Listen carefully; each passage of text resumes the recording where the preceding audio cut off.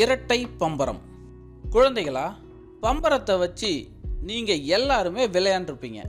இன்னைக்கு நாம கையால சுத்தக்கூடிய பம்பரங்களை எளிய பொருட்களை வச்சு செய்யலாமா? இதை செய்யறதுக்கு நமக்கு தேவையான பொருட்கள்: 2 வண்ணம் தீட்டப்பட்ட காகித வட்டுகள், சிறிய பிளாஸ்டிக் டப்பா மூடி, நாற்காலியின் கீழ் உள்ள புஷ் மற்றும் பல் குத்தும் குச்சி. முதல்ல நாம நாற்காலியின் கீழ் உள்ள புஷ்ஷை எடுத்துக்குவோம். இதுல ஏற்கனவே நடுவுல துளை இருக்கும். அதுல பல் குத்தும் குச்சியை இறுக்கமா நுழைச்சி வைக்கணும். அவ்வளவுதான், நம்ம பம்பரம் தயார். இதை சுற்றினா நீண்ட நேரத்துக்கு இது சுழலும். அடுத்து சிறிய பிளாஸ்டிக் டப்பாவோட மூடியில ஒரு சிறிய துளையிட்டு அதுலயும் பல் குத்தும் குச்சிய இறுக்கமா நுழைச்சிடணும். இப்போ 2வது பம்பரமும் ரெடி.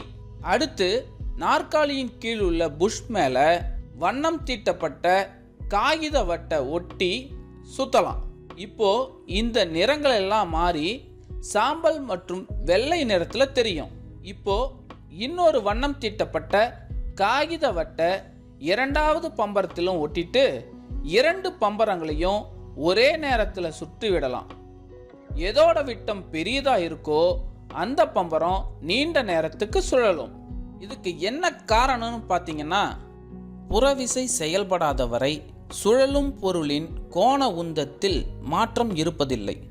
அதனால் பொருளானது தொடர்ந்து சுழற்சி இயக்கத்தை மேற்கொள்கிறது. மேலும் 7 வண்ணங்களின் தொகுப்பே வெள்ளை நிற ஒளி என்பதையும் தெரிந்து கொள்ளலாம்.